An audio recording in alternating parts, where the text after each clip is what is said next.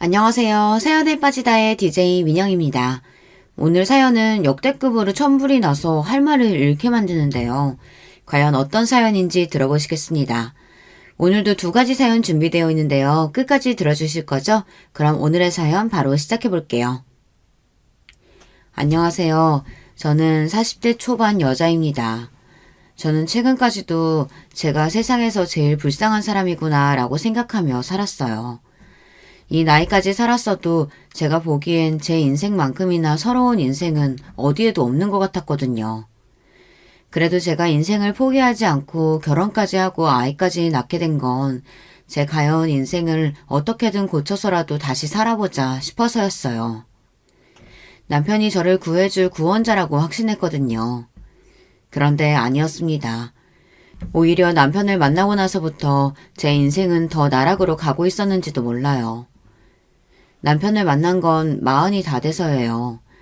40이 다 될 때까지 제대로 된 연애는 해보지도 못했고 저에게 먼저 다가오는 남자도 없었기 때문에 제 인생에 결혼이나 아이는 전혀 없을 줄 알고 살았어요.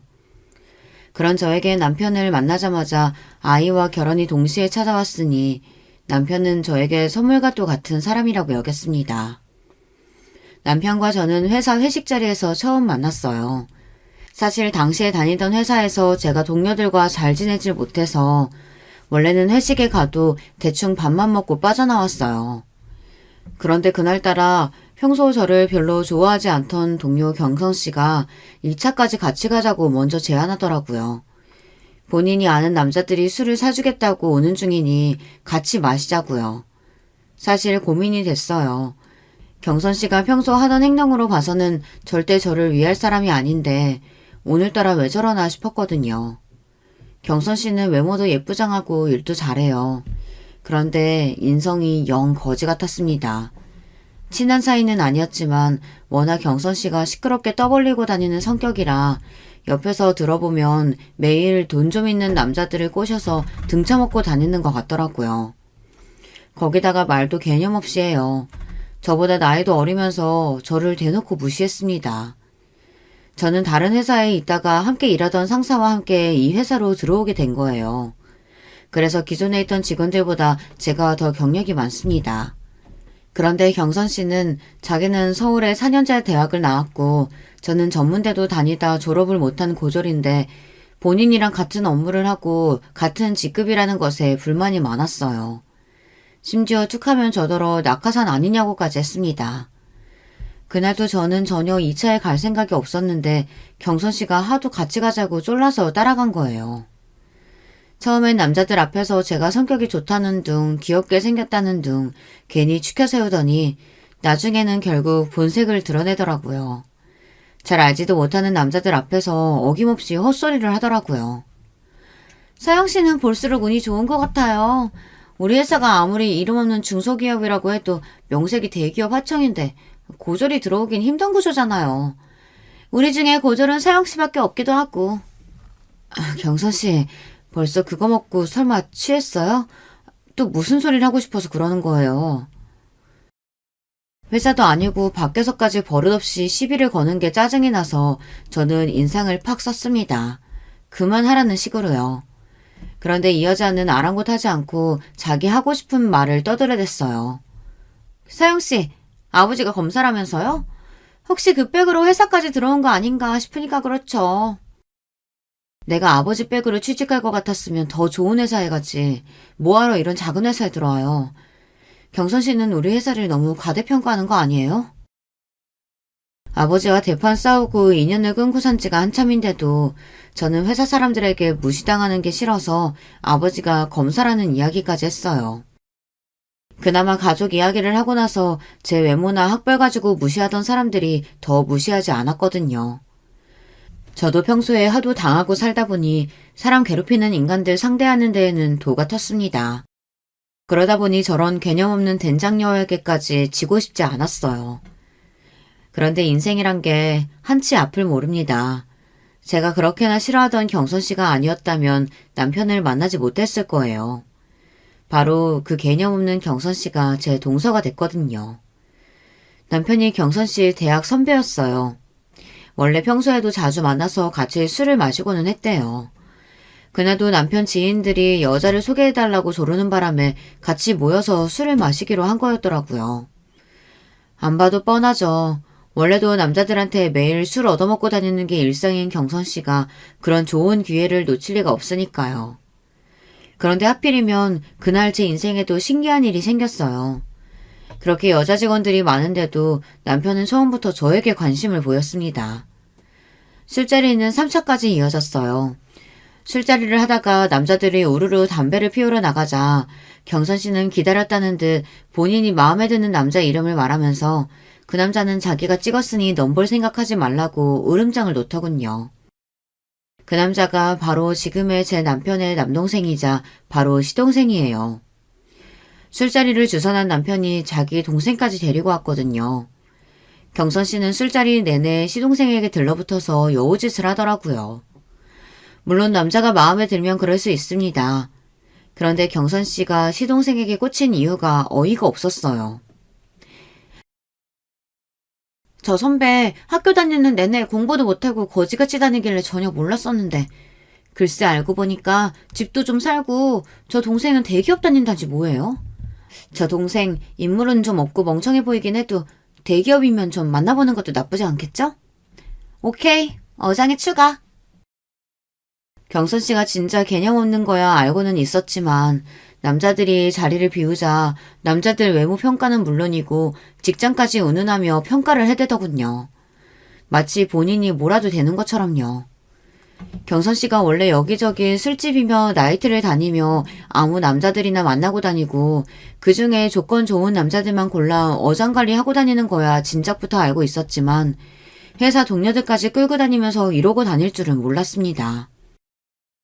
바로 조금 전까지 남자들 앞에서는 하루라도 빨리 좋은 남자 만나서 빨리 결혼하고 싶다고 그러더니만 매일 어장관리만 하면 어떻게 결혼하려고.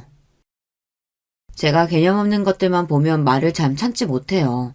아무리 사람이 없는 자리라고 해도 나이도 먹을 만큼 먹은 성인이 할 말 못할 말 구분도 못하고 떠들어대는 꼴이 저는 보고 싶지 않았습니다. 그래서 저도 모르게 또 싫은 소리를 하고 말았어요. 그러자 표정이 싹 굳더군요. 서영씨야, 뭐 이 남자고 저 남자고 고를 수 있는 상황이 안 돼봐서 모르나 본데요. 나는 가만히 있어도 남자들이 워낙 따라다녀서요. 고를 수 있는 선택지가 많은데 굳이 왜 한 사람만 만나요? 이것저것 따지고 골라야 결혼해서도 잘 살 수 있죠. 잘났다고 대놓고 저울질을 하는 꼴이 기가 차서 저는 웃음도 나오질 않았습니다.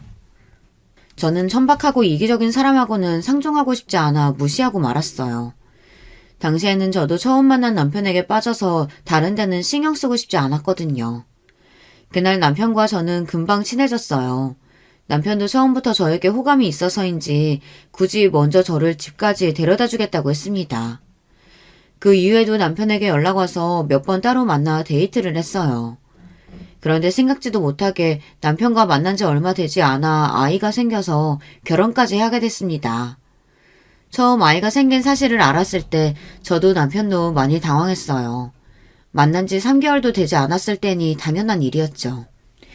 남편은 이왕 이렇게 된 거 부모님께 인사를 드리자고 했어요. 시부모님께 먼저 인사를 드렸는데 그래도 흔쾌히 결혼 허락을 받았습니다.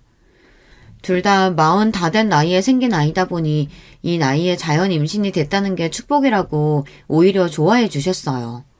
금방 제 배도 나올 텐데 하루라도 빨리 부모님께 인사드리고 상견례도 해서 결혼 날짜부터 잡자고 하셨죠.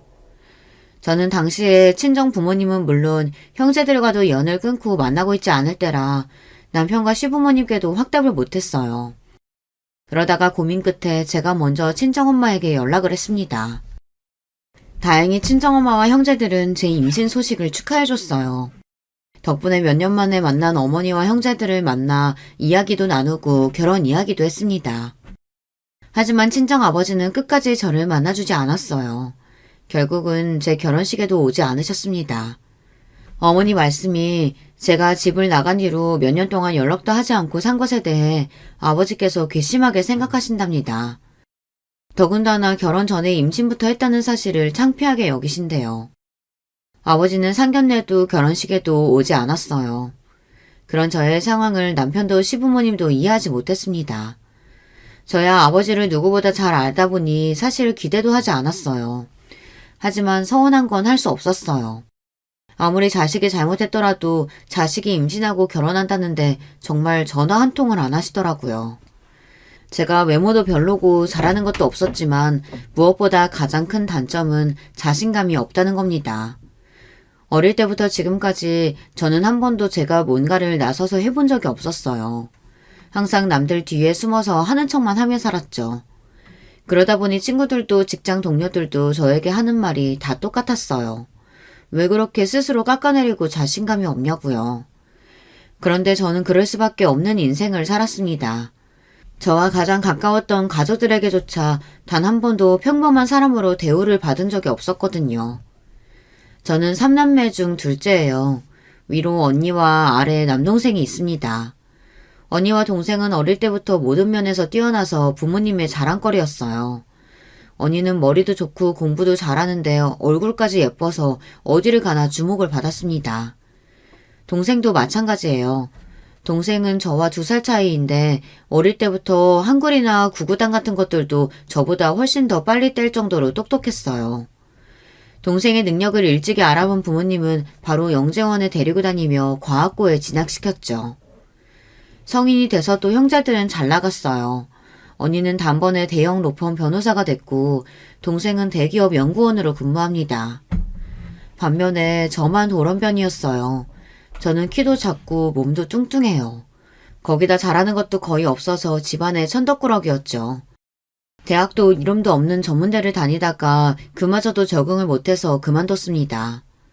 어릴 때부터 아버지는 저만 보면 도대체 누굴 닮아 저러냐 하는 소리를 입에 달고 사셨어요. 제가 보기엔 겉모습은 아버지를 닮고 머리는 어머니를 닮은 건데 두 분 다 인정하지 않으셨죠. 제가 제 입으로 이런 말 하고 싶지는 않지만 제가 어릴 때부터 덩치도 크고 뚱뚱해서 초, 중, 고 내내 남자애들에게 놀림을 당했어요. 여자애들에게는 은근히 괴롭힘을 당하는 일도 많았고요. 학교에서뿐만이 아니라 가정에서도 매일 찬밥 신세다 보니 자연스레 자신감도 떨어지고 자격지심이 심했어요. 그런 점에서 저도 많이 힘들어서 성인이 되고 나서는 고쳐보려고 부단히도 노력했습니다. 대학에 들어가서는 피나는 노력으로 살도 많이 빼고 외모에도 많이 신경을 쓰고는 했어요. 그런데 제 노력은 누구에게도 인정받지 못했습니다. 제가 아무리 노력해서 살을 빼고 열심히 살아도 부모님 눈에는 그냥 머리 나쁘고 못생긴 딸이었어요. 하루는 저도 대학생이 됐으니 친구들도 사귀고 싶고 연애도 하고 싶어서 다른 학교 학생들과 미팅을 잡아서 나가려고 준비를 하고 있었습니다. 그런데 그 모습을 본 아버지께서 다짜고짜 미팅은 무슨 미팅이냐고 소리를 지르셨습니다. 너 괜히 미팅이니 뭐니 한다고 나가서 망신당하지 말고 집에서 공부나 해. 네가 앞으로 남자도 만나고 시집도 가려면 능력이라도 있어야 누가 데려가지. 지금 그 꼴로는 시집이 아니라 남자 근처에도 못 간다. 그 옷은 아무리 봐도 너랑 안 어울려. 네 언니면 몰라도. 그렇게 미팅에 나가고 싶거든. 앞으로 10kg는 더 빼고 나가라. 나 지난 1년 동안 눈물 콧물 다 빼면서 10kg 뺀 거야. 그 오심도치도 자기 자식은 예쁘다고 한다는데 엄마 아빠는 나한테만 너무한 거 아니야? 잘난 형제들 사이에서 비교적 제가 많이 부족하다는 거야 저도 잘 알지만 부모님께서 언니나 동생을 대하는 거랑 저를 대하는 게 너무 차이가 나다 보니 저는 언젠가부터 부모님과 대화하는 게 힘들었어요. 안 그래도 학교 생활도 항상 힘들었는데 집에서마저 기댈 곳이 없으니 절로 우울증이 생기더라고요. 부모님과 연을 끊고 살게 된 것도 우울증 때문이에요. 부모님의 차별과 저의 자격지심이 심해질수록 학교도 집도 너무 견디기 힘들어서 가까운 사람일수록 만나기 너무 더 힘들더라고요. 아무도 저에게 뭐라고 하지 않는데도 사람들을 만날 때마다 저를 보고 못생겼다, 뚱뚱하다, 게을러서 저렇게 뚱뚱한 거다, 저렇게 많이 먹으니까 뚱뚱한 거다, 이런 식으로 말하는 것처럼 들렸어요. 특히나 남자 동기나 선배들과 함께 있는 자리에서는 더 힘들었어요. 다들 저를 싫어하고 미워하는 것처럼 느껴졌었거든요. 당시 제가 정신적으로 많이 힘들어하고 있다는 걸 스스로 느끼면서도 우울증이나 정신의학과에 대한 인식이 좋지 않을 때다 보니 병원에 가서 치료를 받는 건 꿈도 못 꿨어요. 결국은 학교 생활을 하는 게 너무 힘들어져서 저는 부모님께 대학을 그만두겠다고 했습니다. 조금만 쉬다가 취직해서 일을 하겠다고 했어요. 제 말에 부모님은 말도 안 되는 일이라고 노발대발 하셨어요. 거지 같은 학교라도 대학 졸업장이라도 있어야지 사람 구실하고 살 수 있는 거라면서 끝까지 반대했습니다. 저는 제 마음대로 학교에 휴학계를 제출했어요. 사람을 만나는 것 자체가 너무 괴로운데 공부를 어떻게 할 수가 있겠어요. 그런데 제 휴학 사실을 알게 된 부모님은 저를 아무짝에도 소용없는 패배자 취급을 했습니다. 내가 그렇게 알아듣게 말했는데도 네가 멋대로 휴학을 해? 꼴랑 2년 전문대 다니는 것도 못하는 게 도대체 뭘 어떻게 살겠다는 거야? 평생 나한테 빌붙어서 살기라도 하겠다는 거야? 아빠가 뭘 걱정하시는지 아는데 제가 정말 너무 많이 힘들어서 그래요. 아무래도 우울증 같은데 휴학하고 쉬면서 치료받아야 될 것 같아요. 제가 아무리 성인이라도 이제 갓 20살이 넘었는데 뭘 알겠어요. 저도 부모님께 도움을 받고 싶어서 고민 끝에 조심스레 말씀드렸습니다. 그런데 제 말에 아버지는 미간을 구겼어요. 뭐? 우울증? 너처럼 걱정 없이 세상 편하게 사는 게 무슨 우울증이야? 아주 복에 겨운 소리를 하고 있네. 괜히 공부하기 싫다고 나약한 소리 말고 당장 내일 가서 휴학 안 한다고 다시 이야기하고 와. 안 그러면 이 집에서도 당장 쫓아낼 테니까 그런 줄 알아. 지금은 네가 아직 어려서 아버지 말이 야박하게 들릴지 몰라도 결국은 아버지 말이 다 맞아. 더군다나 네 나이에 정신병원 다닌 기록이라도 남으면 앞으로 취직은 어떻게 하고 시집은 어떻게 가니? 부모님 말씀에 저는 너무 서러워서 눈물이 왈칵 쏟아졌어요. 그리고 지난날 있었던 일들이 파노라마처럼 지나가면서 서러움이 몰려왔습니다. 아빠 엄마가 나에 대해서 뭘 안다고 그래? 나 초중고 내내 애들한테 매일 놀림당하고 따돌림 당했어. 그동안 내가 혼자 얼마나 힘들었는지 알아요? 네가 따돌림 당한 게 우리 탓이라는 거야 뭐야? 그러게 진작에 살도 좀 빼고 공부도 하지 그랬어. 네 언니랑 동생 좀 봐라. 예쁘고 뭐든 잘하니까 친구들이 알아서 따르고 학교 생활도 잘만 하잖아.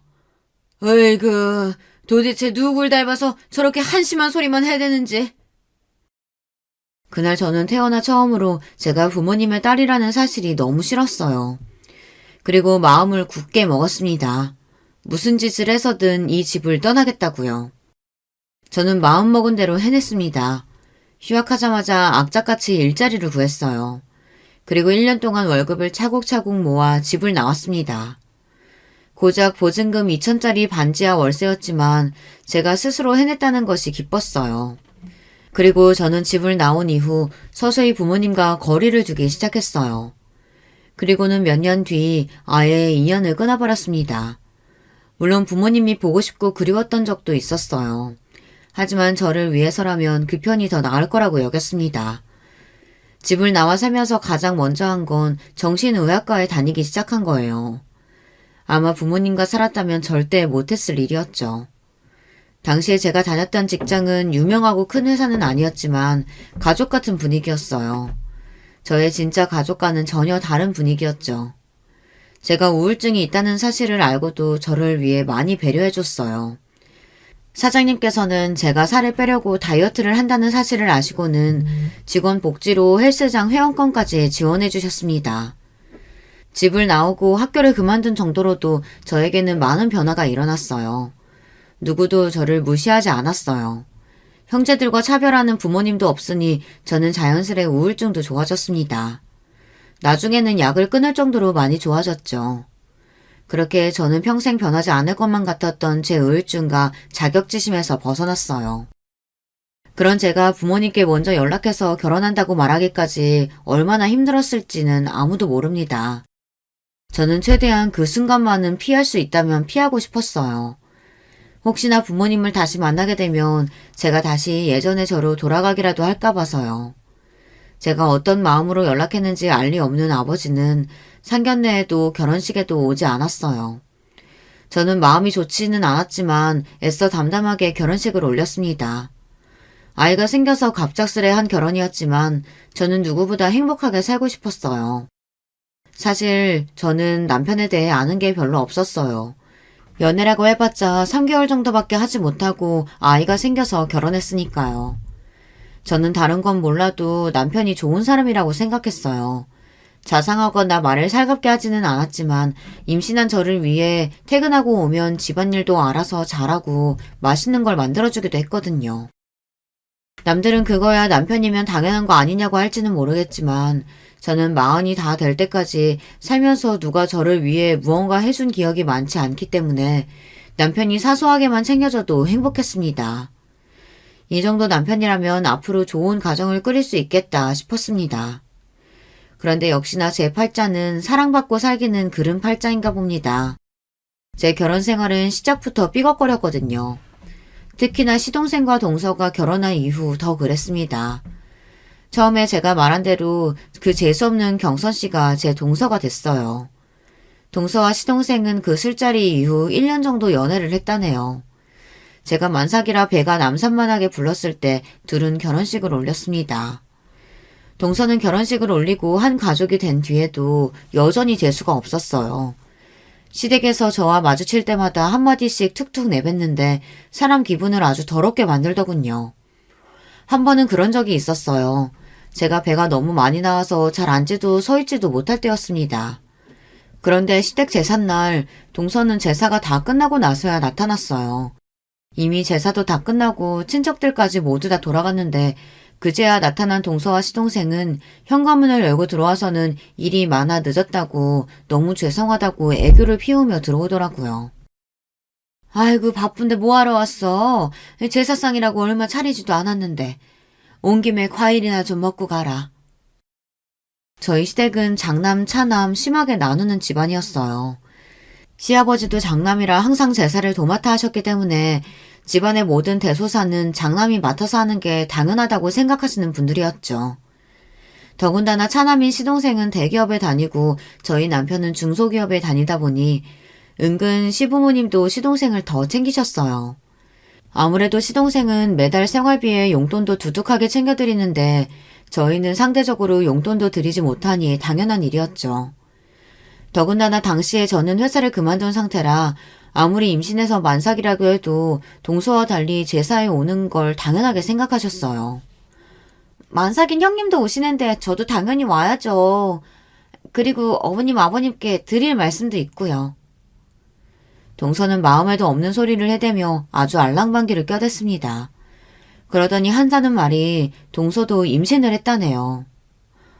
결혼한 지 얼마 되지도 않았는데 아유 우리 며느리 장하구나. 잘했다 잘했어. 내년이면 우리 집에 귀여운 손주가 둘이나 돌아다닐 테니 내가 밥을 안 먹어도 배가 다 부르겠다. 에이 그래도 식사는 챙겨 드셔야죠. 제가 아버님 좋아하시는 복숭아 사왔으니까 금방 씻어다 드릴게요. 조금만 기다리세요. 어쩜 얼굴도 예쁜 애가 성격도 저렇게 둥글둥글 좋을까. 우리 집에 딸이 없어서 외로웠었는데 우리 둘째 며느리는 꼭 며느리가 아니라 딸 같아. 시부모님과 동서가 얼마나 죽이 척척 맞는지 저는 자꾸만 질투도 나고 괜히 심술도 나더라고요. 저는 애써 웃으며 동서에게 축하한다고 하고 혼자 주방에 들어가 설거지를 했어요. 그때 손에 복숭아를 잔뜩 들고 온 동서가 주방으로 따라 들어오더군요. 그러더니 제 곁으로 다가와 또 제 속을 긁어댔어요. 아, 형님 보니까 저 갑자기 우울해져요. 저도 형님처럼 배 그렇게 많이 나오면 어떡해요? 형님은 원래도 배가 많이 나와서 잘 모르시겠지만 저는 평생 배가 나와본 적이 없어서 너무 무섭거든요. 동서, 우리도 이제 가족인데 제발 그 말버릇 좀 고칠 수 없어? 명색이 내가 손일 사람인데 말 좀 조심해서 해. 마음 같아서는 머리통을 한 대 쥐어받고 싶었지만 이성적으로 꾹 참았습니다. 동서는 제게 한마디 더 하려다가 시어머니께서 주방에 들어오시니 애써 입을 꾹 다물더군요. 그날 집에 돌아오면서 저는 기분이 너무 나빠서 남편에게 하소연을 좀 했어요. 동서가 저에게 그런 식으로 말했다고요. 그러자 남편이 하는 말이 더 기분이 나빴습니다. 그러게 아무리 임신했어도 관리 좀 하지 그랬어. 안 그래도 체격이 큰 사람이 임신까지 하니까 더 커 보여. 당신 내가 정말 부탁하는데 애 낳으면 진짜 관리 좀 해. 애 낳았는데도 재수 씨보다 뚱뚱하면 당신도 민망하지 않겠어? 남편은 처음엔 안 그러더니 동서가 들어온 이후 제 외모나 몸매를 가지고 유난히 지적을 많이 했습니다. 저도 알아요. 제가 동서보다 못생기고 뚱뚱하다는 걸요. 하지만 저와 남편은 부부잖아요. 아무리 아이가 생겨서 결혼했다고 해도 가족인데 최소한의 예의를 지켜야 한다고 생각했습니다.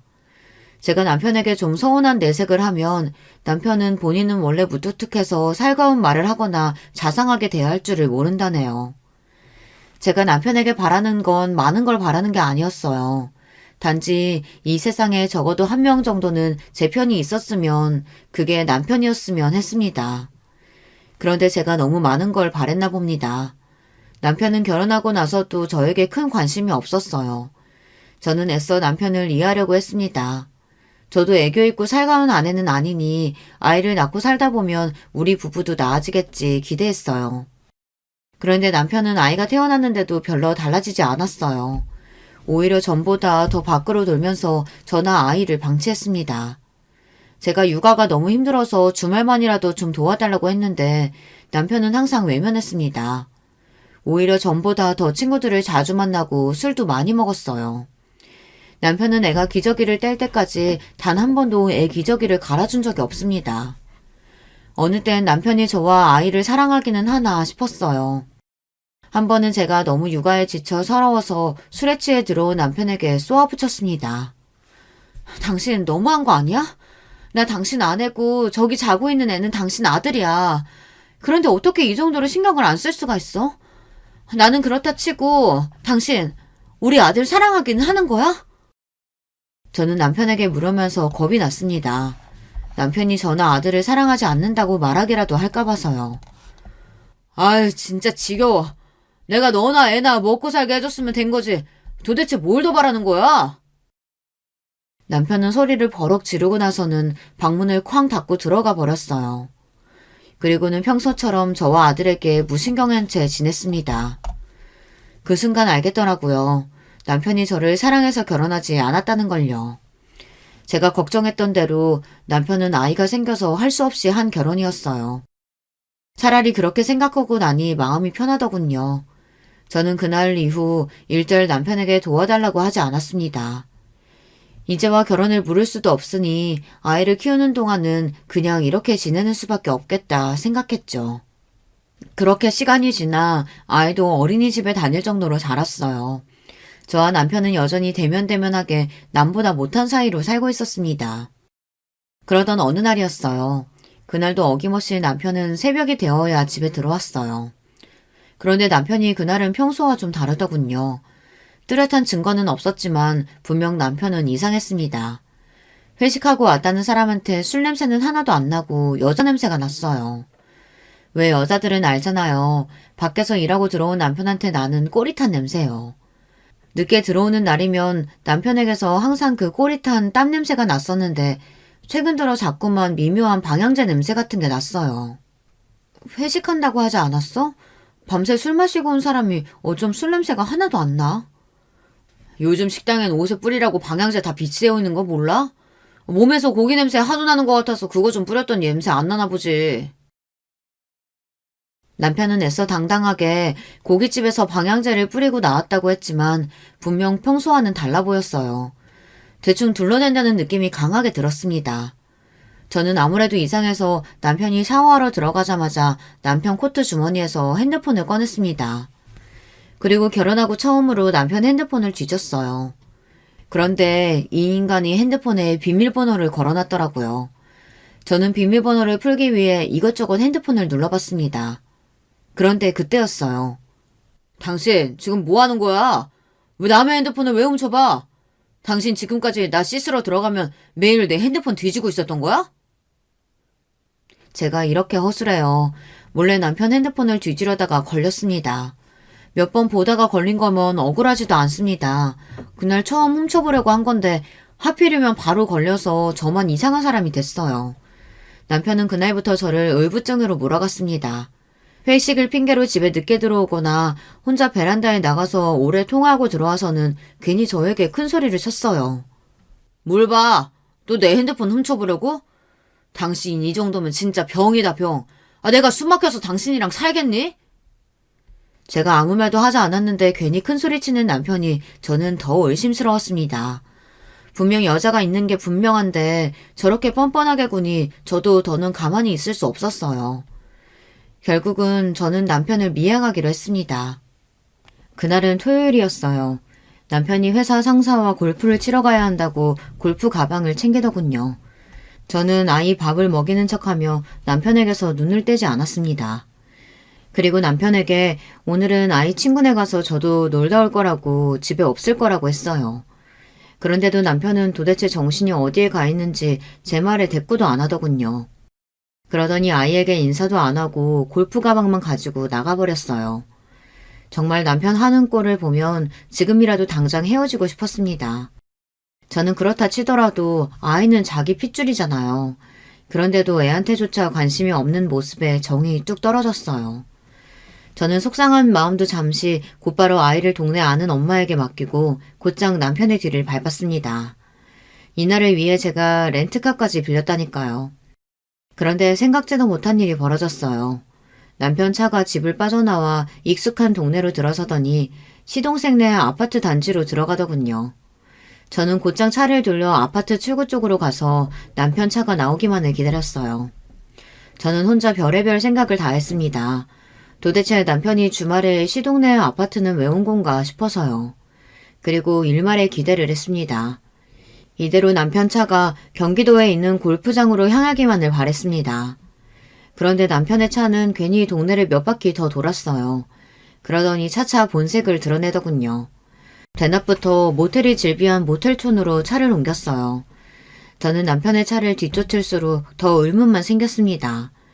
집을 나와 들린 곳이라고는 시동생네 집밖에 없는데 뜬금없이 모텔이라뇨. 그 순간 제 머리에 번뜩이는 생각이 들었습니다. 옳거니 상간녀년이 먼저 모텔에서 기다리는가 보다 싶었죠. 역시나 제 예상이 맞았습니다. 남편은 모텔에 가 근처를 빙빙 돌더니만 결국은 모텔 주차장으로 들어갔어요.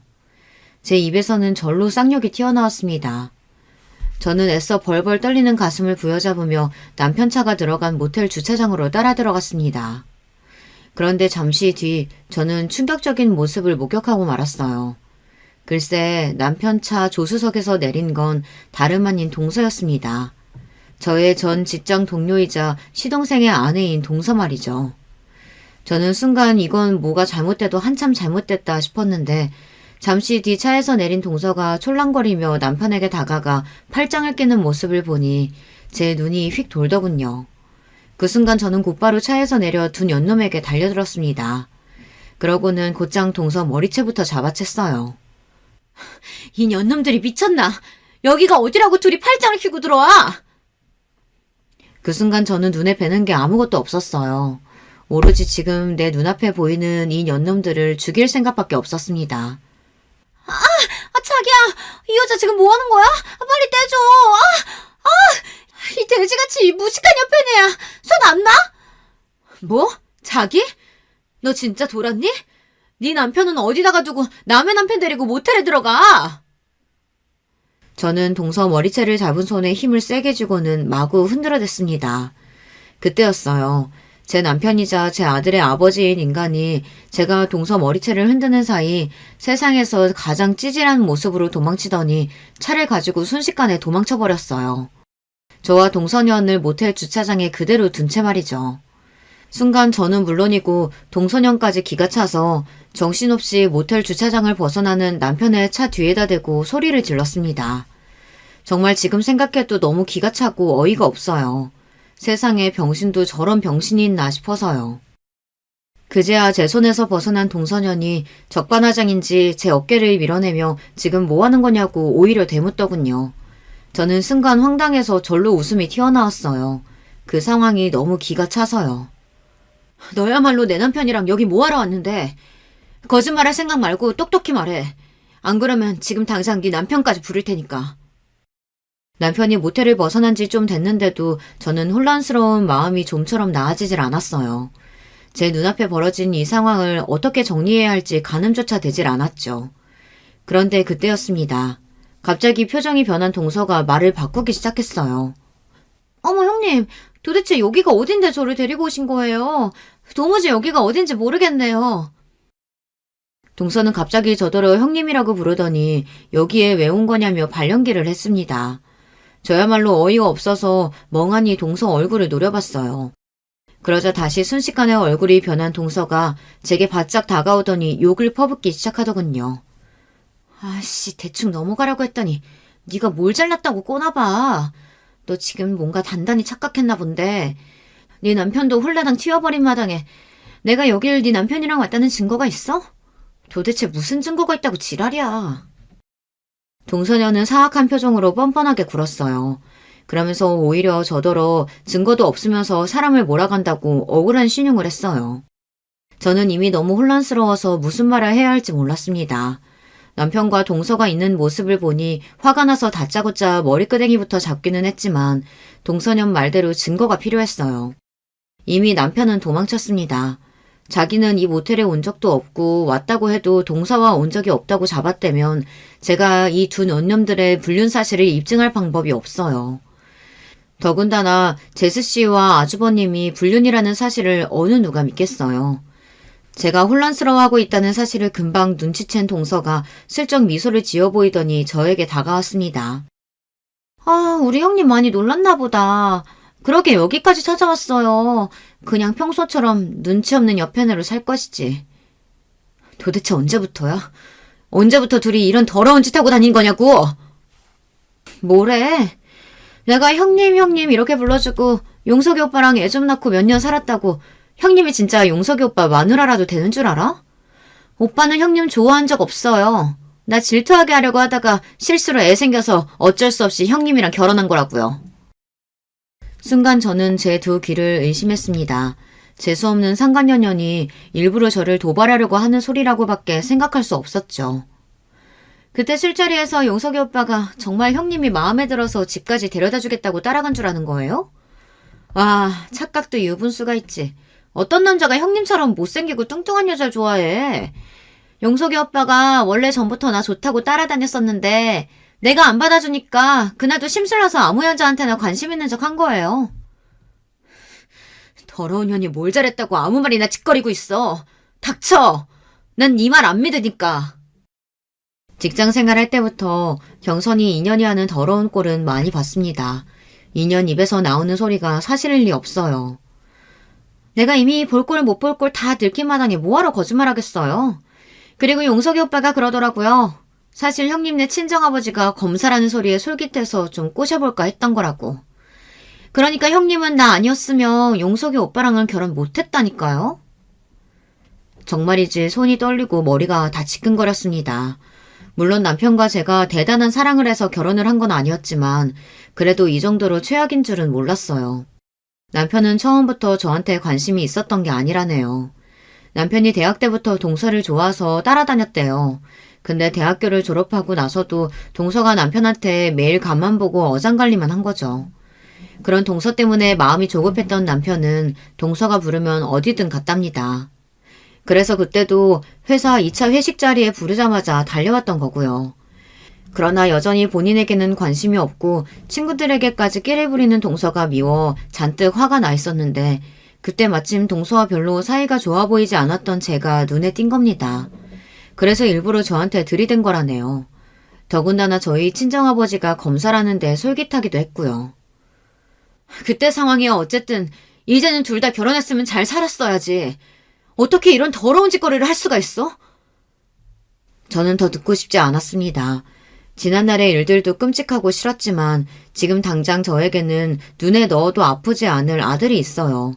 제 감정만 앞세우고 모든 일을 엉망으로 만들 수는 없었습니다. 더러운 짓인지 사랑인지 시간이 지나봐야 알죠. 나는 남편이랑 곧 이혼해요.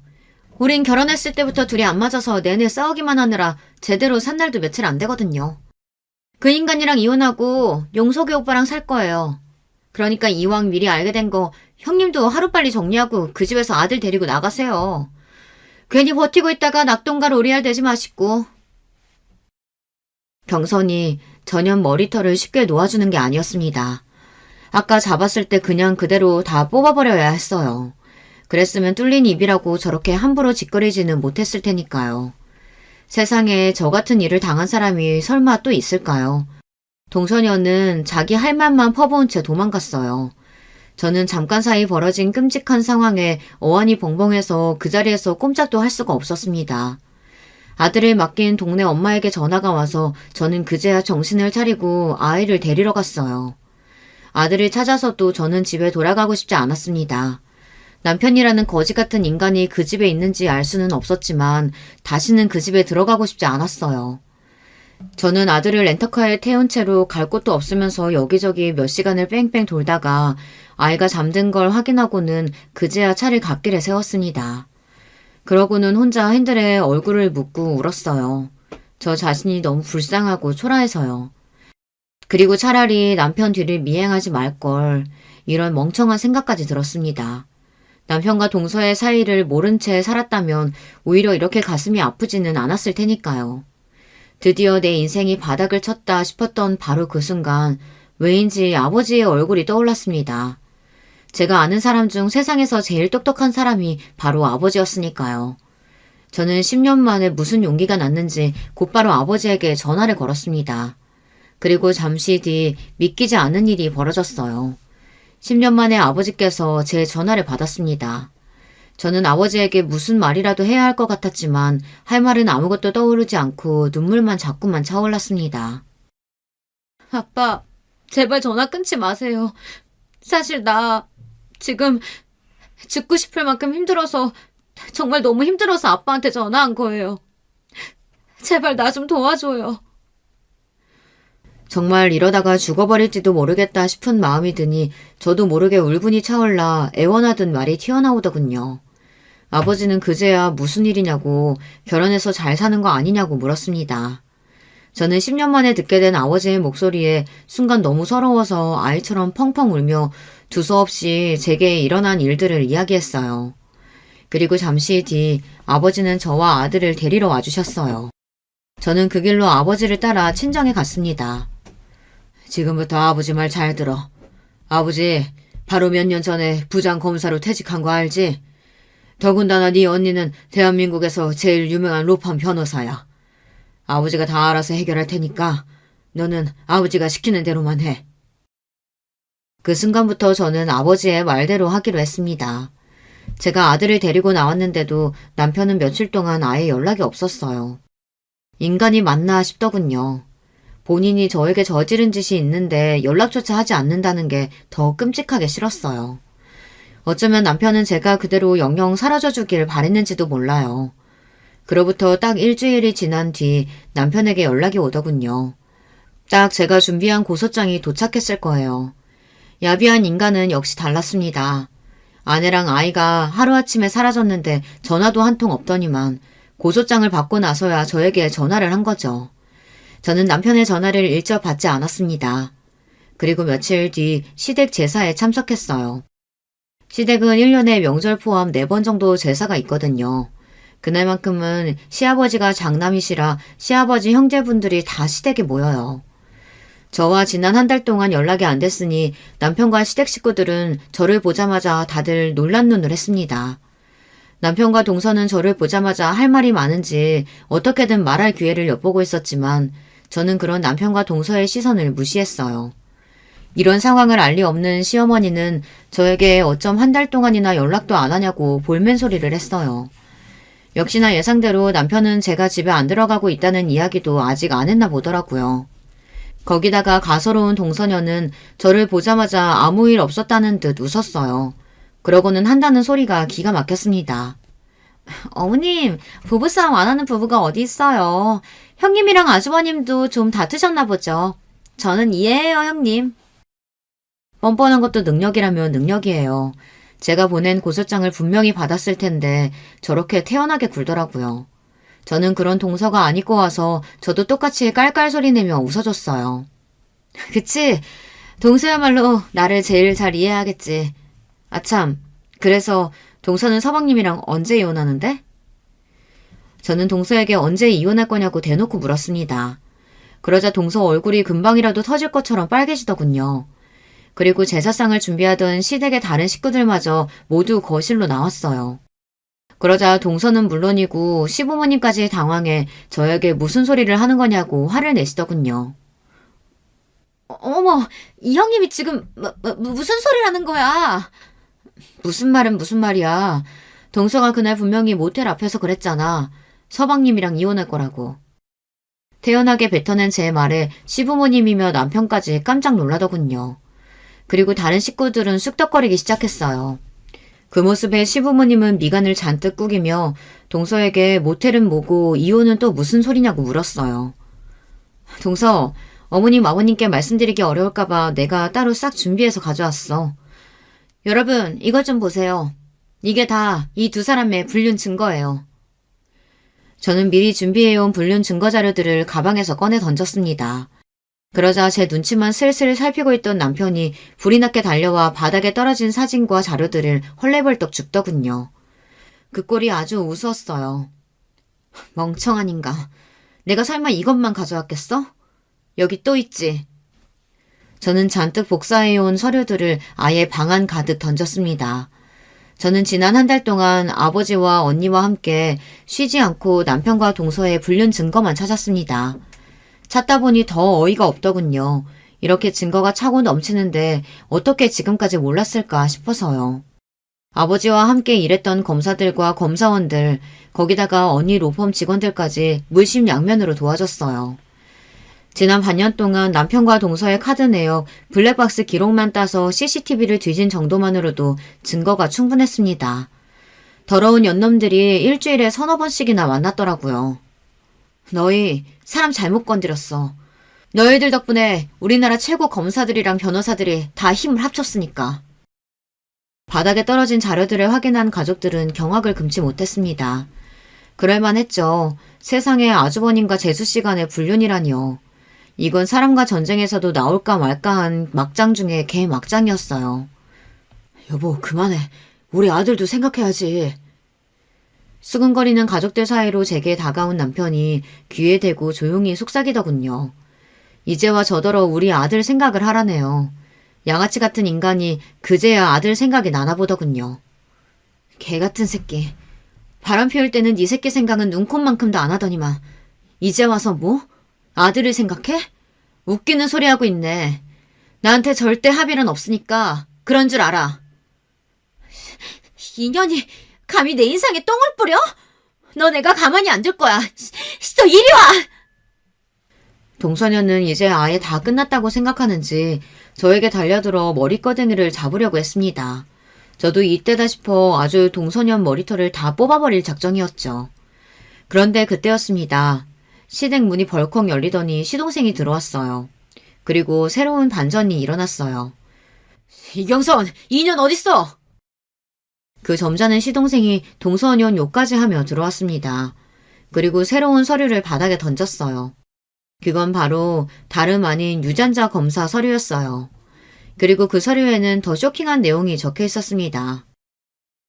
와, 세상에. 어떻게 너 같은 년을 만나서 형수한테 듣고 수진이가 내 딸이 아닐 수도 있겠다 생각했었는데 내 딸이 아니더라. 거기다가 형 애도 아니고. 도대체 수진이는 누구예요? 그 순간 시댁에 있던 모든 사람들은 다들 입을 쩍 벌리고 동서에게 손가락질을 하기 시작했어요. 그런데 그때였어요. 어느 때보다 흥분한 남편이 성큼성큼 걸어와 동서 뺨을 갈겼습니다. 뭐야? 너 나 말고 남자가 또 있었던 거야? 아이고, 이게 다 무슨 일이냐? 시댁은 말 그대로 초토화가 돼버렸습니다. 남편이라는 작자는 동서에게 진심이었나 봅니다. 다른 그 어떤 거보다 동서에게 남편과 시동생 말고도 또 다른 남자가 있었다는 게 더 쇼킹했나 봅니다. 그 순간 시동생은 남편에게 달려들어 먹살을 잡았고 그 모습에 시어머니는 뒷목을 잡고 바닥에 쓰러지셨습니다. 시아버지는 그런 시어머니를 부축하고요. 저는 고개를 저으며 그 길로 시댁을 나왔습니다. 시댁에서 제가 할 일은 끝난 것 같아서요. 그날 모텔 앞에서 남편과 동서를 보고 친정에 오자마자 저는 시동생에게 연락을 했어요. 그리고 제가 본 광경에 대해 다 이야기했습니다. 동서 말이 맞기는 하더군요.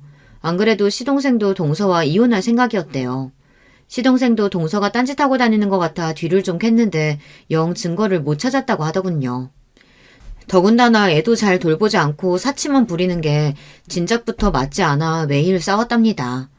그러던 중 제 이야기를 들었으니 시동생도 곧바로 유전자 검사를 하겠다고 했어요. 시동생은 조카가 남편 아이일지도 모른다고 생각했습니다. 그런데 시동생도 남편도 친아버지가 아니라고 나왔으니 더 절망이었죠. 저는 정말 입에 담기도 힘들 정도로 치욕스러운 일을 당했습니다. 더러운 인간 둘 때문에 많은 사람이 상처를 받았죠.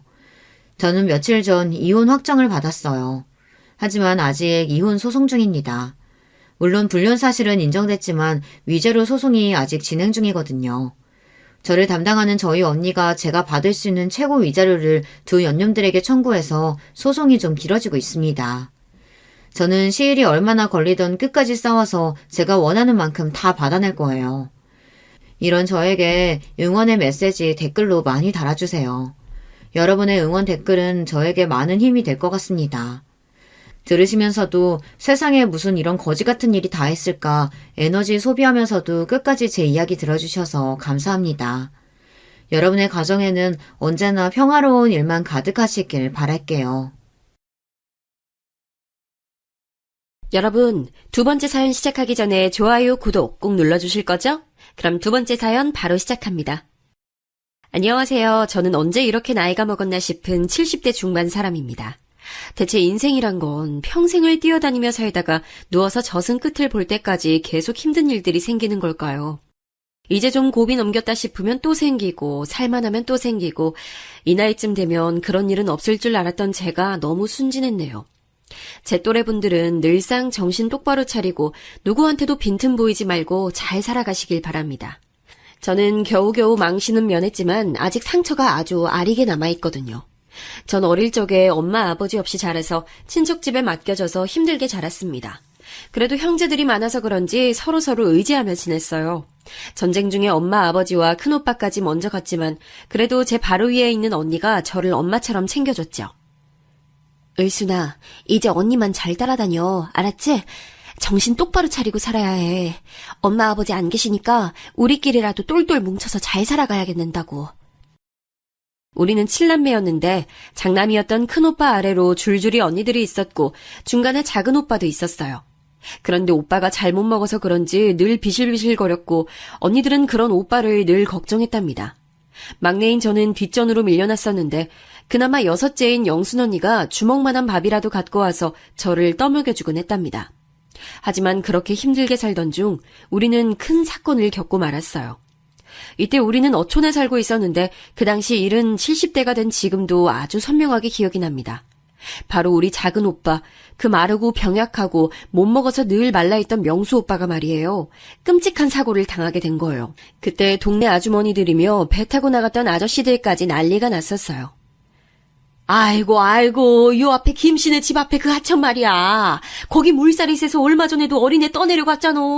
아까도 그랬다는구만. 웬 비쩍 말라 빠진 남자애래. 처음에 이런 말을 들었던 우리 영순 언니는 설마 그게 자기 오빠일 거란 생각을 못했다는 거예요. 하지만 우리가 당시 신세져서 살고 있던 외삼촌 댁에 돌아갔을 때 오빠가 없다는 걸 알았고 외숙모가 오빠를 엄청 찾고 있었다는 거예요. 얘 영순아, 네 오빠 못 봤어? 아까 여기 어슬렁거리고 있던데. 하도 애가 정신이 빠져서 넋이 나가 있으니 원. 아유, 비도 많이 오는데 어딜 갔다냐. 이 말에 언니는 벼랑간 이상한 생각이 들어서 맨발로 뛰쳐나갔고 돌아오는 길 만난 언니들과 동네 아줌마들과 함께 오빠를 찾으러 다녔던 거예요.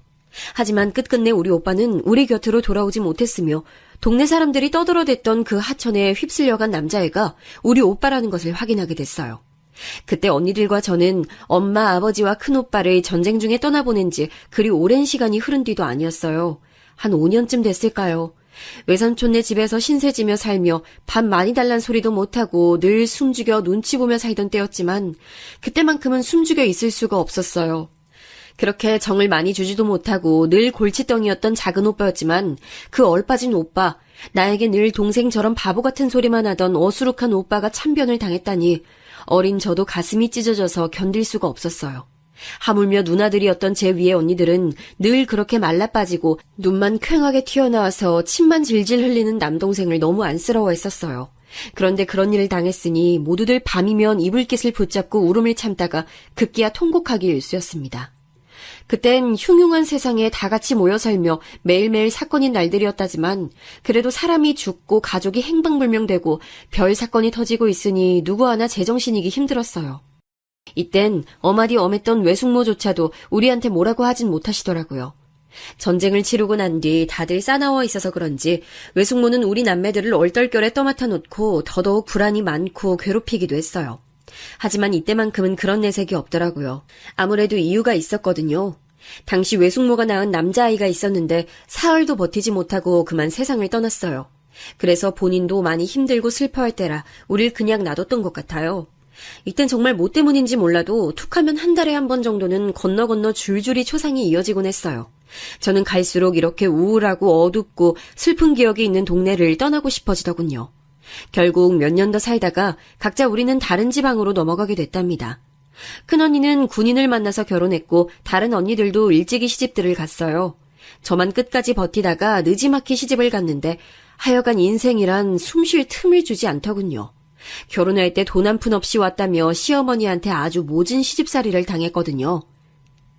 어디 겁도 없이 그 짓짝을 하고 기어들어와가지고는 몸이라도 빨리빨리 움직여야지 그렇게 둔에 빠져서 뭘 하냐? 우리 민식이 같은 서방 얻었으면 말귀도 빨리 알아듣고 부지런히 일하란 말이야.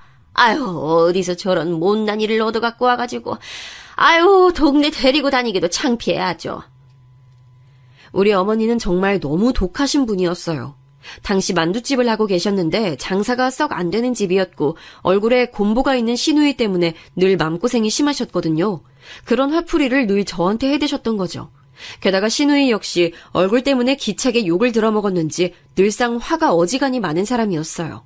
자기는 시집도 못 갔는데 인물은 없어도 피부는 깨끗한 제가 꼴보기 싫었나 봐요. 새언니는 몸이 그렇게 둔에 빠져서 어떡해요? 그럼 만두라도 잘 빚든가. 아, 맨날 그 모양으로 만들 거면 나가서 만두라도 부지런히 팔아요. 그러니 우리 엄마가 언니를 싫어하지. 조만간 우리 오빠도 언니 버리면 어쩌려고 그래요?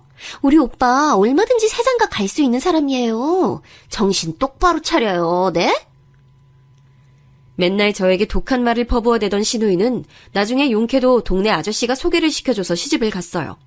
하도 구박을 받았던 제가 애를 늦게 가졌는데 때마침 시누이도 비슷한 때에 시집을 가서 바로 애를 가졌어요. 둘이 비슷한 때에 아기를 낳게 됐고요.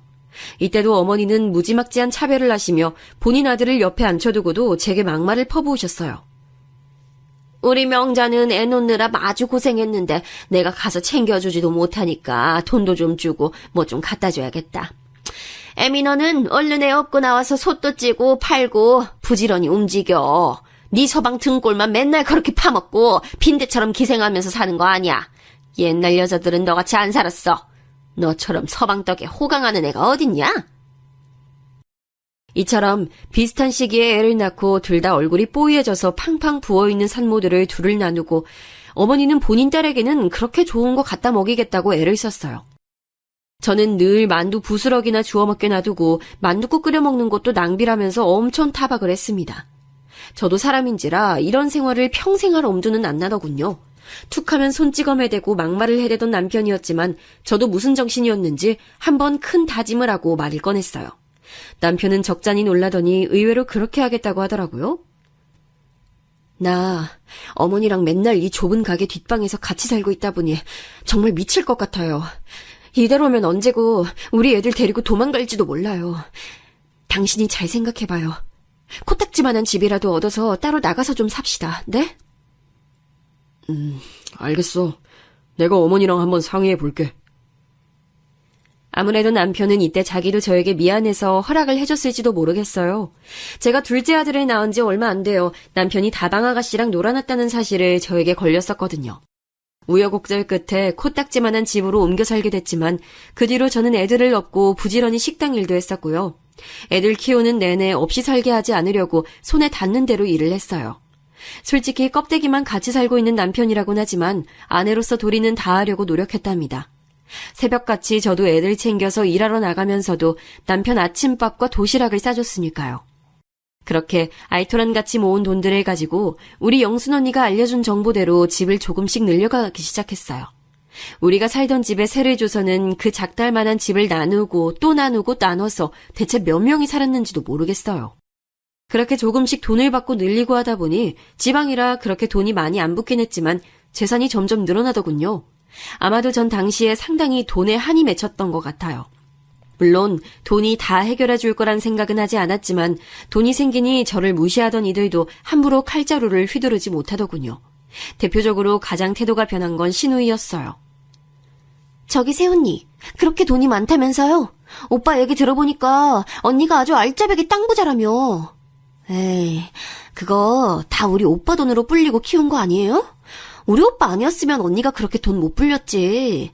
내가 이번에 우리 진수 호주 유학 보내려고 하는데 외숙모가 돼서 얼마 용돈 좀 보태줘봐요. 응? 아니, 제가 무슨 돈이 있다고 그래요, 아가씨? 네, 참. 아주 이런 시덥잖은 소리를 하고 있는 신우이가 너무 어이가 없었지만 사실 그쪽 조카 아이 자체는 매우 순하고 착했어요. 지 엄마가 얄미울 뿐 애는 잘못이 없고 착했기에 가는 길에 얼마 용돈을 쥐어주긴 했답니다. 하지만 제가 어느 정도 부를 좀 잃었다곤 하지만 여전히 자잘한 돈은 아껴 쓰고 규모 있게 살았어요. 솔직히 남편은 제가 이렇게 재산을 늘리고 모으기까지 도움이 된 건 전혀 없답니다. 신우이랑 싸우기 싫어 대꾸는 안 했지만 남편이 준 돈은 얼마 되지도 않았거든요. 병아리 눈물 같은 생활비를 줘놓고 밥을 어찌 차려라 하고 맨날 술고래가 돼가는 그 인간을 애들 아빠랍시고 그냥 참아줬고요. 제가 애들 업고 나가서 식당에서 번 돈 갖고 밤이고 낮이고 발 부르트게 돌아다니면서 땅을 봤었거든요. 그리하여 돈을 불린 거고 나이 먹으니 남편도 죽기 전까지 제 눈치를 봤답니다. 당신 덕에 내가 이만큼 살았지 뭐. 이 김민식이가 자네한테 신세를 많이 줬어. 그럼 그렇고 말고. 아무튼 그러다가 아들 둘을 각각 장가 보냈는데 하여간 이것도 기가 막힌 사연이라고 생각해요. 특히 큰 며느리 같은 경우는 우리 아들보다 1살 위였거든요. 키도 크고 체격도 있고 누가 봐도 누나 동생 같아 보이는 모양새라 전 썩 마음에 들지 않았어요. 그런데도 그렇게 우리 아들이 좋다고 쫓아다니고 결혼을 하겠다고 자기가 끌고 오다시피 한 거예요. 저 어머니, 저희 얼른 결혼 허락해주세요. 창민 씨도 저 없으면 못 살걸요? 일찍 결혼해서 애 낳고 어른들에게 효도하면 너무 좋잖아요. 네? 당시 전 마음의 준비가 안 돼 있어서 덜컥 아들을 보낼 생각은 없었지만 저렇게 하겠다고 우겨대니 어쩔 수 없이 결혼시켰습니다. 결혼 후에도 얘네들이 잘 지내는 것 같았고 사실 전 며느리랑 막 자주 보는 게 불편하더라고요. 다른 엄마들은 안 그러는 것 같은데 말이에요. 대표적으로 우리 신우이는 지 자식 장가 보내놓고 허한지 맨날 저한테 연락을 해대서 들어줬는데요. 그렇게 본인 며느리랑 나쁘게 지내는 모양이었어요. 언니는 왜 며느리랑 잘 안 보고 지내요? 그 맛에 아들 장가 보내고 호강 누려야지. 난 완전히 실패했지만 말이야. 에휴, 초반에 애들 집도 구경 가고 했는데 애가 어찌나 나이석에 구는지 그거 버릇 한번 잡겠다고 뭐라고 했거든? 그랬더니 아주 눈이 뒤집어져가지고 대드는 거야. 아니, 처음에 그러는 줄 몰랐다니까. 근데 언니네 며느리는 결혼식 때 보니까 아주 참하게 생겼더만. 우리 며느리처럼 성질 더럽진 않을 것 같아. 신우이 얘기를 들어보니 나라도 저렇게 자주 드나드는 시어머니는 싫을 것 같더라고요. 그리고 딱히 우리 며느리라고 그렇게 순한 성격도 아니었어요. 간혹 제가 뭘 주겠다고 하면 단박에 거절을 하더라고요. 저도 아들 얼굴 한 번 더 보고 싶어서 그런 거긴 하지만 너무 야멸차게 자르는 거예요. 어머니, 저희 김치 사다 먹어서 괜찮아요. 그리고 창민 씨 요즘 너무 바빠서 집에도 늦게 오고요. 이 사람 보고 싶어서 그러시죠? 제가 내일쯤 한번 어머니 댁 들리라고 말해둘게요. 이렇게 툭 잘라먹고는 말을 더 못 붙이게 해버리니 좀 서운하더라고요. 약간 서운한 감정들이 쌓이려던 차에 아들은 또 그걸 골치 아파하길래 더 얘기도 못 꺼냈어요. 그런데 반년쯤 지났을까요? 저는 제 아주 가까운 주변에서 충격적인 얘기를 듣게 됐답니다. 어쩌면 어느 정도는 예상이 가능했을 이야기일지도 모르겠고요. 제게 울면서 전화를 걸어온 것은 바로 신우이였어요. 내가 미쳐 진짜. 어쩌다가 이런 일이 생기냐고. 아우 세상에 언니. 나 어떡하면 좋아요. 내가 뭘 어쨌다고 나한테 그래. 사정을 들어보니 신우인의 아들 부부가 이혼을 선포했다는 거예요. 그것도 며느리 쪽에서 강력하게 요구했고 그 원인을 신우이로 삼아서 뭐라고 했다더군요. 내가 지를 쥐잡듯 잡았다면서 못 견디겠다고. 애 데리고 나가서 살겠대. 우리 애가 자기 편 안 들어줬다고 어머니랑 둘이 잘 먹고 잘 살래요. 아니 이게 말이나 돼요, 언니? 시누이는 말도 제대로 이어가지 못하고 한탄을 했고 살고 싶은 의욕이 없다면서 계속 통곡하는 그 모습을 저는 멍하니 달래주기만 했어요. 요새 애들은 요새 며느리들이란 정말 참지 않고 할 말을 다 해버리는구나. 그리고 당당하게 이혼들도 하는구나 싶어서 어떤 면으로는 참 대단하다는 생각이 들었어요. 꼭 나쁘게만이 아니라 그냥 제 때에는 다 참고 살았었잖아요. 어디서 저런 용기가 났고 또 어디로 살구멍이 있길래 저런 결심을 했나 싶었죠. 한편으로는 약간 두려운 마음이 저에게도 스쳤어요. 왜냐면 저도 며느리랑 사이가 대면대면한 상태였었잖아요. 이후로 제가 좀 챙겨주면서 용돈도 주고 말도 신경 써서 했더니 돌아오는 며느리의 반응도 다른 거예요. 어머니, 저 요즘은 조금 어머니가 많이 편해진 것 같아요. 제가 엄마 정을 많이 못 받고 자라서 그런지 여자 어른들과 지내기 힘들었거든요. 그런데 요즘은 어머니랑 연락하고 얼굴 보는 게 너무 좋아요. 이런 말을 해주니까 노력도 안 해보고 며느리를 어려워했었구나 싶어 약간은 후회가 되고 이제라도 다행이란 생각이 들었어요. 하지만 문제는 이후에 둘째 며느리가 들어오게 되고서부터 터지게 됐으니 진짜 며느리 하나랑만 사는 사람이 부러워질 지경이더라고요. 자식도 늘어날수록 근심이 생기듯 며느리가 늘어나는 것도 마찬가지였어요. 둘째 며느리는 아주 늘씬하고 외모도 예쁘장한 미인 아가씨였어요. 우리 아들이랑도 아주 마음에 잘 맞았고 둘이 연애하면서 결혼하네 어쩌네 말이 계속 있었죠. 이쁘장한 아가씨인데 집 형편이 넉넉지 않아서 혼수 마련이나 여러 가지로 준비하는 데 시간이 좀 걸렸어요. 그래도 둘째가 좀 더 애교도 많고 무뚝뚝한 큰며느리보다는 대하기 쉽긴 했었답니다. 어머니, 저 엄마라고 불러도 돼요? 예전부터 시엄마랑 잘 지내는 친구들이 너무 부럽더라고요. 저도 그렇게 지내보고 싶었어요. 나이도 어리면서 애교도 많고 나름 귀여운 구석이 있는 둘째는 저랑 잘 지내는 편이었지만 문제는 지 형님인 큰며느리와의 관계였답니다. 저한테 전화를 걸어서 잘 지내기 힘들다면서 울어대는 거예요. 엄마, 우리 형님 정말 저를 너무 피곤하게 해요. 아니 이번 명절에도 글쎄 자기 전 부치게 꼭두새벽부터 자기 집으로 오라는 거예요. 아니 그냥 엄마네서 모이면 되는데 왜 이렇게 일을 2번, 3번 하게 만드는 거예요? 저번에도 한번 일머리 없이 재료만 잔뜩 많이 사와가지고 그때 요리 시작도 못하고 채소 다듬기만 했잖아요. 저 진짜 형님이랑 안 맞아요. 엄마가 좀 뭐라고 야단 쳐주세요. 이 사이에서 정말 갈팡질팡 어쩌지도 못하고 명절날 오기 싫다고 난리를 쳐대니 뭐라 해야 할지 모르겠더라고요. 특히 큰며느리는 제가 직접 본 상황은 아닌데 엄청나게 화가 나서 절대 뜻을 굽히지 않겠다는 거예요. 저도 돈 여유 있는 거 아닌데 자꾸 동서가 이것저것 돈이 없어서 못 해온다는 둥, 지네는 지방 살아서 여유가 없다는 둥 계속 그러잖아요. 이건 완전 시비 거는 거나 마찬가지 아니에요? 게다가 저한테 뭐라고 하는 줄 아세요? 뭐가 그렇게 불만인가 했더니 이 말 듣고 저도 약간 기가 차긴 했답니다. 둘째를 그렇게 보진 않았는데 내심 속으로 자격지심이 있었나 보더군요. 저보고 형님은 어머니가 서울에 집 해주셔서 좋겠다면서 계속 비꼬는 거예요.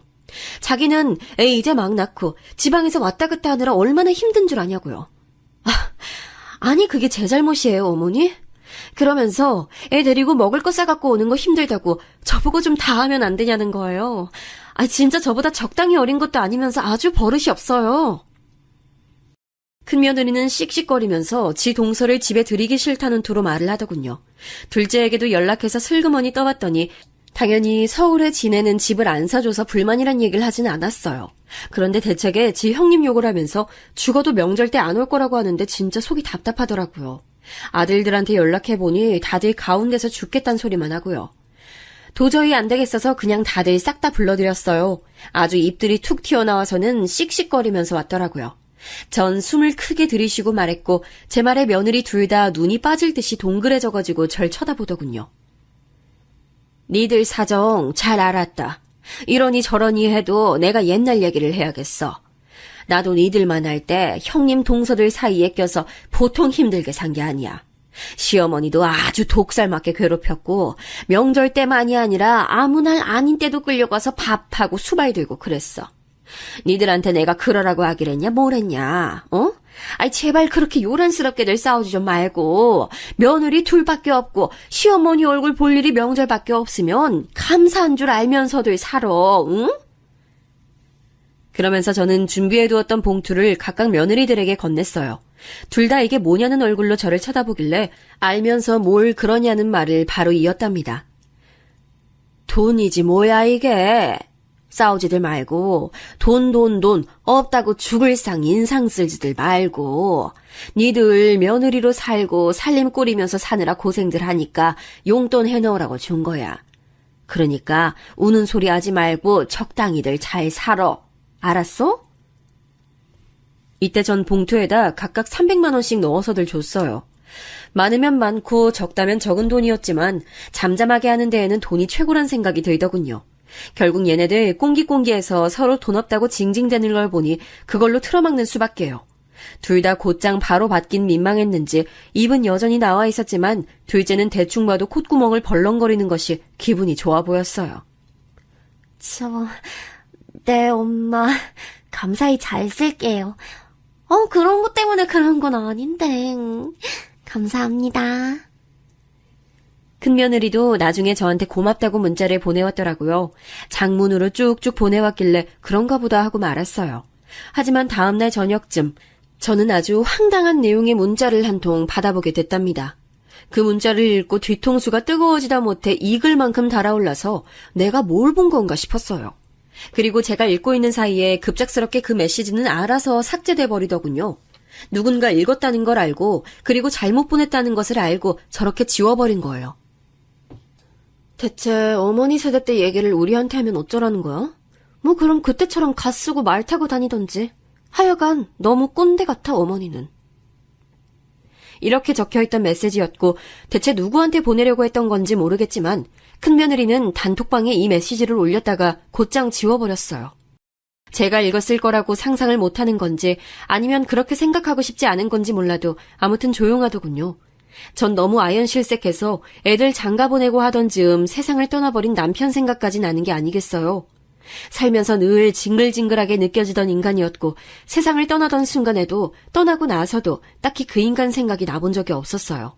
그런데 순간적으로 왠지 너무 마음이 허하고 외로워지는 거예요. 아들들은 장가 보냈고 며느리 쪽 사람들이 됐고 그리고 그쪽 사람들도 잘 살아야 서로 편한 건데 그럼 나의 이 허한 속은 누가 달래주나 참 외롭더군요. 이때 참 라디오도 많이 듣고 사람 목소리가 나오는 뭔가가 듣고 싶어서 유튜브 영상도 많이 찾아 들었답니다. 유명한 강사님들 강의도 듣고 많이 울면서 속을 달랬어요. 그런 것들을 추천해 준 건 제가 자주 가는 단골 미용실 원장 아줌마였어요.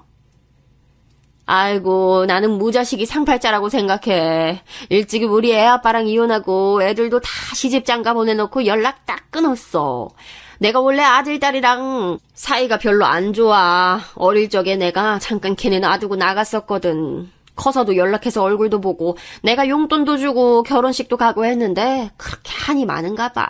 아유, 그냥 다 신경 끊고 살기로 했어. 언니도 자식들 너무 의지하지 마요. 유튜브나 봐. 요즘 좋은 거 많더라고. 이분의 의견에 다 동의하는 건 아니지만 확실히 저한테 좋은 걸 알려주긴 했어요. 그나마 나이 먹고 마음 터놓기도 힘들고 왜 그렇게 제 세대들이 유튜브를 많이 찾고 듣는지 알겠더라고요. 아무튼 허한 마음을 갖고 한동안 며느리 둘과도 거리를 두며 지냈었는데요. 그러던 어느 날 갑자기 둘째 며느리한테 연락이 온 거예요. 밖에서 식사 좀 하자며 아가도 저를 보고 싶어 한다면서 나온다더군요. 엄마, 간만에 저 엄마네 갈 테니까 같이 밥 먹어요, 우리. 제가 운전해서 가려고 해요. 그래도 뭔가 이런 마음을 알아주는 대상이 있는 것 같아서 마침 시기도 아주 잘 맞게 연락이 왔던지라 너무 고맙더군요. 하지만 그렇게 저를 찾아온 둘째는 우리 아들도 저에게 직접 꺼낸 적이 없는 얘기를 선뜻 하면서 저를 놀래켰어요. 엄마, 우리 이제 용진이도 어린이집 다니기 시작하는데 슬슬 이사도 가고 해야 할 것 같아요. 그래서 말인데 저희 조금만 돈 보태주시면 안 될까요? 오빠는 그런 얘기 엄마한테 못하겠다고 자꾸 말려서요. 그런데 진짜 제 주변 엄마들 다 서울로 나가더라고요. 이제 집값 너무 올라서 이번 같은 타이밍 아니면 다신 서울로 못 나간대요. 마지막 타이밍이란 말이 있더라고요. 엄마가 조금만 도와주시면 안 돼요? 네? 이 무렵 아들들 각자 직장이나 사업 사정이 좋진 않아서 영 살림이 시원찮긴 했어요. 제가 어느 정도 재산이 있다곤 하지만 무턱대고 그때마다 경제적으로 채워주고 싶진 않더라고요. 그런데 선뜻 둘째가 와서 이런 얘기를 꺼내니 좀 당황스럽더라고요. 전 곧장 거절을 했답니다. 당연히 둘째 반응은 좋지 않았어요. 그렇게 이사를 가야 할 정도로 갈급하면 애를 맡겨두고 일을 해서 돈을 모으던가 했어야지. 아이, 준비된 때에 결혼하라고 해도 니들이 그 시기에 했잖아. 얼마 전에 네 살림 보태주라고 준 돈도 적은 돈 아니야. 다들 그렇게 사는 거지. 남들이랑 형편을 어떻게 다 맞춰가면서 사니. 이 말에 둘째는 바로 시무룩한 표정이 되더니 계속 꽁울꽁울 불만을 얘기했지만 더더욱 들어주기 싫더라고요. 그래서 전 더 허해진 마음을 안고 그냥 일어나서 자리를 피했습니다. 집에 와서도 어찌나 속상하고 서글프던지 이런 일이 아니면 얘가 굳이 여기까지 올 일도 없구나 싶어 허무하더군요. 그 뒤로 둘째도 기분이 상했던지 연락도 잘 안 하고 다 같이 만나는 명절 때도 눈도 안 마주치려고 하는 거예요. 참 이래저래 저는 시어머니한테 잡혀 살던 시대였는데 며느리 눈치까지 보며 살아야 하는 세대가 된 것 같아서 속상했습니다. 그런데 그리 머지않아 저는 결국 그 돈을 대주었고 얘네들이 서울에 집을 얻도록 해줬네요. 이렇게만 놓고 보면 잔뜩 삐진 저 모습을 달래주느라 또 그랬냐고 생각하실 텐데요. 절대 그런 이유가 아니었어요. 그럴 수밖에 없는 답답한 사연이 있었답니다. 둘째 아들로부터 연락을 받게 된 거예요. 첫 마디부터 제 가슴이 쿵 떨어지게 하는 말이었어요. 엄마, 저기 용진이가 많이 아파요. 정신이 없어서 요즘 연락도 못했네요, 엄마. 뭐? 어디가 어떻게 아픈데? 그게 의심되는 소아 무슨 병 같은 게 있어서 말이에요. 이 동네 병원들은 다 시원스럽지 않더라고요. 서울에 있는 큰 병원에 가라고만 하고 요 몇 주간은 용진이 엄마가 운전해서 서울까지 왔다 갔다 했는데 저도 계속 야근하느라 챙기질 못했어요. 용진이 엄마도 저한테 불만 장난 아니고 아파서 축 늘어져 있는 용진이 보니 저도 마음이 안 좋아요. 저도 이제 자식 생겨보니 엄마 마음이 이해가 되네요. 여기까지 들어놓고서 안 그래도 마음이 썩 시원치 않았던 저는 큰 결심을 한 거예요. 돈이 없다면 모를까 보태줄 여력이 되긴 했었는데 어디까지나 쉽게 돈을 쥐어주고 싶지 않았거든요. 그런데 사정이 이렇게 됐다는데 어떻게 주지 않을 수 있겠어요. 손주가 그렇게 아픈지도 몰랐고 며느리가 주말마다 운전해서 큰 대학병원에 피검사 받으러 다니고 결과 보러 또 가고 원인도 시원치 않은 병명 때문에 고생한다는 얘기를 들으니 갑갑하더라고요. 먼 지방에서 저렇게 차로 운전해서 왔다 갔다 하고 자그마한 모텔을 얻어서 지낸다고 하니 조바심이 났어요.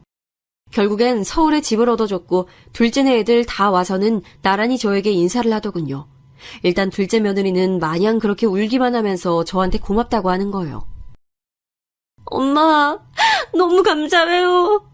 정말 엄마가 이렇게 도와주시지 않았으면 용진이 데리고 매번 왔다 갔다 할 뻔했어요. 정말 감사해요, 엄마.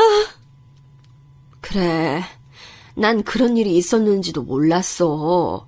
알았으면 진즉 나섰을 거야. 네가 정말 고생이 많다. 이런 모습을 보니 저도 그간 내심 서운해했던 응어리가 풀려나가기도 하고 이렇게 될 거 진즉 해줄 걸 그랬단 생각이 들더군요.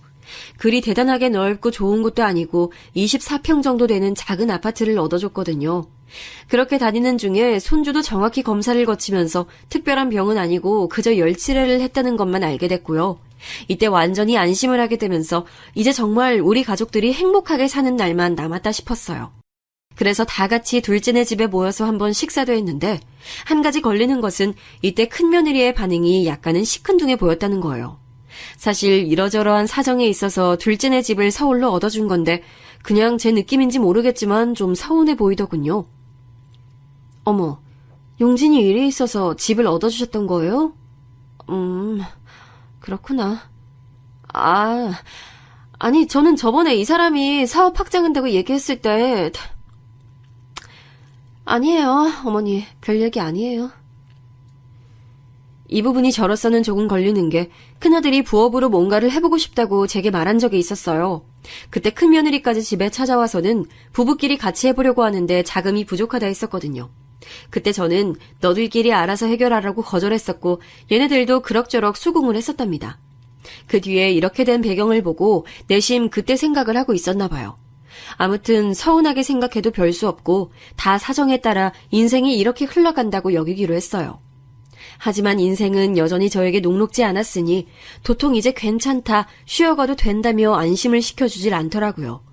왜냐면 얼마 안 가 저를 좌절하게 만드는 사건이 또 터져버렸기 때문이에요. 평소에 음식 솜씨가 막 좋은 건 아니지만 제 김치는 아들들이 꽤 좋아하는 편이었거든요. 서울 사는 며느리들 불러서 할 생각은 당연히 없었고 그다지 많지 않은 부피로 김장을 하고 있었어요. 그런데 이것저것 들고 옮기며 하다가 허리를 아주 크게 다치게 된 거예요.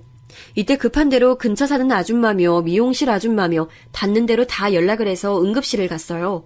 하지만 여간 엉망이 된 게 아니었나 보더라고요. 지루한 시간들을 지나 결국 수술을 해야 한다는 결론에 이르렀고 이 지역은 안 되고 서울에 있는 병원으로 가게 됐어요. 당시 미용실 아줌마나 제 주변 아줌마들은 입을 모아 다 하나같이 저렇게 말했고 저도 이견은 없었답니다. 그런데 상황은 전혀 그렇게 가주지 않더라고요.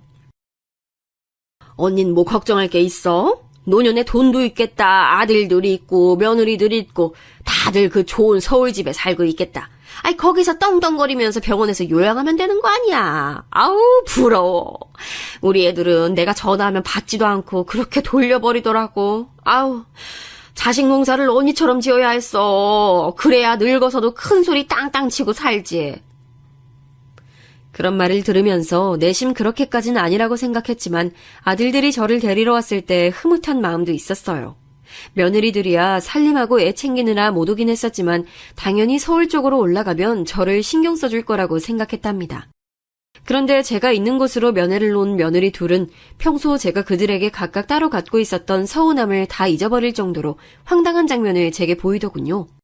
서운함이 다 가시게 해줄 정도로 정넘치는 모습을 보여준 게 아니라 이 모습을 제가 살던 동네 친한 미용실 아줌마들이 못 본 게 다행일 정도로 너무나 수치스러웠어요. 어쩜 이렇게 하나같이들 저한테 이럴 수가 있나요?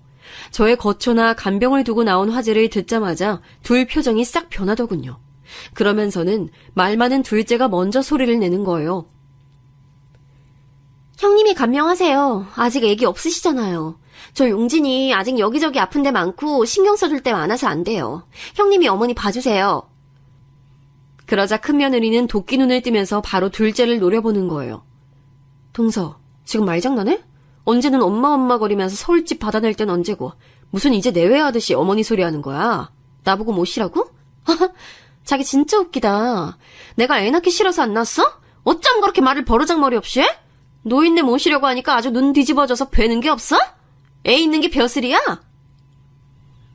저는 이때 생각지도 못한 반응이 쏟아져 나오는 것을 보고 기함할 수밖에 없었어요.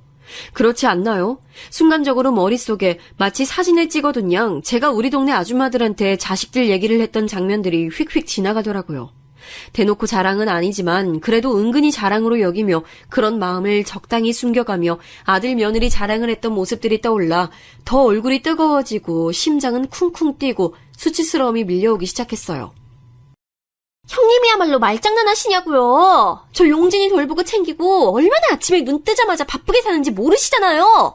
애 따라다니면서 종일 아주 죽겠는 사람한테 어떻게 어머니 간병하러 왔다 갔다 하라는 거예요. 그리고 형님이 장남 며느리시면 형님이 책임지셔야죠.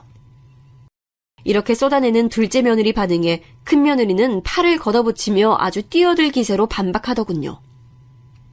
나는 놀아? 난 노냐고. 나도 우리 신랑 뒤치다거리하고 바쁜 사람이야. 요즘 같은 세상에 큰 며느리만 다 하라는 법이 어딨어? 그러는 동서는 장남 며느리 아니고 둘째 주제에 집은 왜 받았는데. 받을 땐 좋고 책임 다하라니까 하기 싫어. 보자 하니까 진짜 보통 주접이 아니네 동서. 이 말도 안 되는 기싸움 사이에 저는 멍청하게 껴있었어요. 당연히 둘 중 하나가 아니면 서로 교대로라도 저를 간병해주거나 지들 집으로 모시고 갈 거라고 생각했었는데 말이에요. 얘네들 집 각각 사준 뒤에 저는 저희 집으로 내려오게 했지 따로 집들이들을 한 적도 없고 제가 나서서 가본 적도 없는 사람이에요. 그런 시애미가 집도 절도 다 해준 시애비가 아파서 간병을 받아야 하는데 그 집을 손에 꽉 쥐고 못 들어오게 하는 거예요. 너무 기가 차서 할 말이 없고 머리와 몸이 다 피곤해지더군요. 일단은 혼란스러워서 둘 다 가라고 했고 서울에 있는 영순 언니에게 사정을 말해서 언니가 바쁜 중에 와줬어요. 동생이 나이 먹어 허리 수술하고 몸도 못 움직이는 걸 알고 안쓰러워하더군요. 사실 저도 언니의 보살핌을 받고 나니 생전 목욕탕 한번 같이 가본 적 없는 며느리들 수발보다는 우리 언니가 낫단 생각도 했어요. 그런데 생각할수록 저들 행동이 너무 절 힘들게 하고 우라통 터지게 만들더군요. 그간 쌓아오며 참아왔던 것들이 얼만데 대체 제가 얼마나 우스웠길래 저를 한가운데에 두고 그 난장판들을 피웠던 걸까요? 참다 정말 너무 억울하고 한맺혀 잠이 안 오던 새벽에 언니에게 이런 얘기를 털어놓았어요. 늙음하게 손녀 손주들 돌보고 있던 언니는 이 얘기를 듣고 깜짝 놀라서는 왜 그런 꼴이 되었냐며 화를 마구 내는 거예요. 에라이 미친 것들. 너 그것들 싹 다 쫓아내.